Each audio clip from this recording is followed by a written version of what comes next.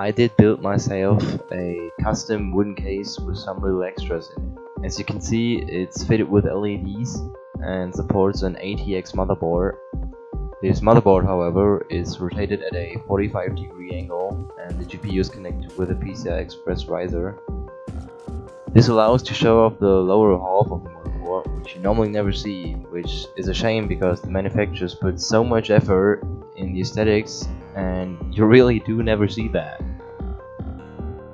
Talkin specs: the brain of this machine is a 4770K on top of the MSI Z97 Gaming 3, paired with 8 gigs of RAM. For cooling, I went with the Cooler Master seidon 120V P2 and the asus dcII cooler on top of the AMD R9 290. Power is handled by a bequiet 730W A+ bronze power supply, and there's place for a 3.5-inch and 3 2.5-inch drives. So as you can see, that thing packs quite a punch when it comes to gaming.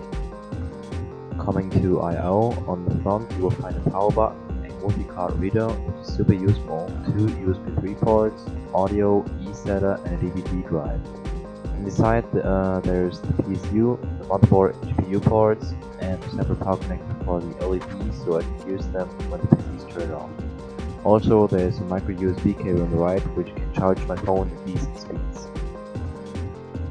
The lighting is done by a couple meters of modular SMD 5050s which survived my horrible job of soldering and can be controlled with a remote.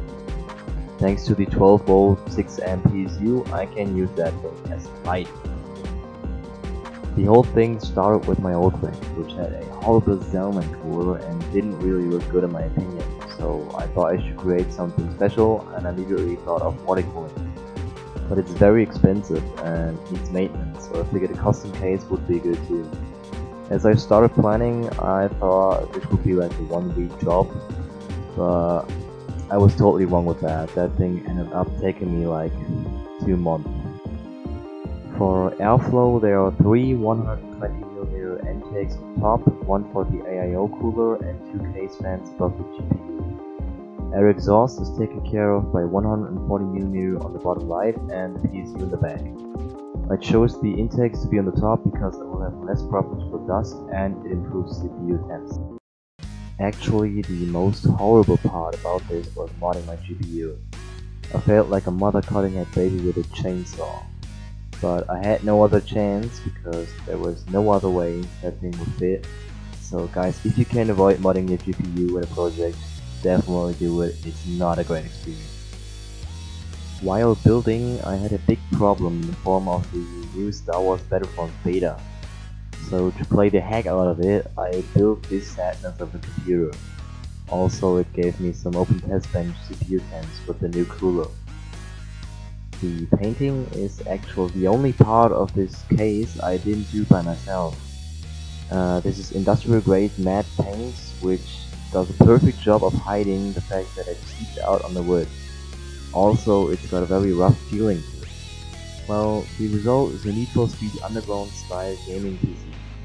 Temps are okay between 35 and 38 at idle, and Intel burn test topped out at 70 to 77 degrees. All of this at 4 GHz with a core voltage of 1.216 volts. Noise is better, but because the PC is standing on the desk instead of under it, you don't really hear a difference. While I finished the build, I actually discovered a really cool side effect of the RGB lighting.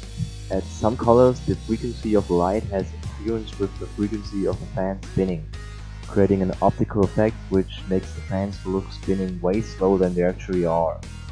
This looks very cool in the fading mode because it looks like the fans are rapidly changing speed.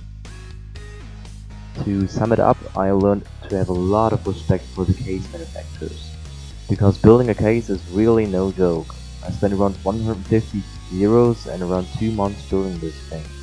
But I learned a lot of stuff and I have a one-of-a-kind PC now. Thanks for watching the video. I hope you did understand me despite my bad mic and English skills. Feel free to leave your thoughts in the comments below. Philly certainly doesn't care.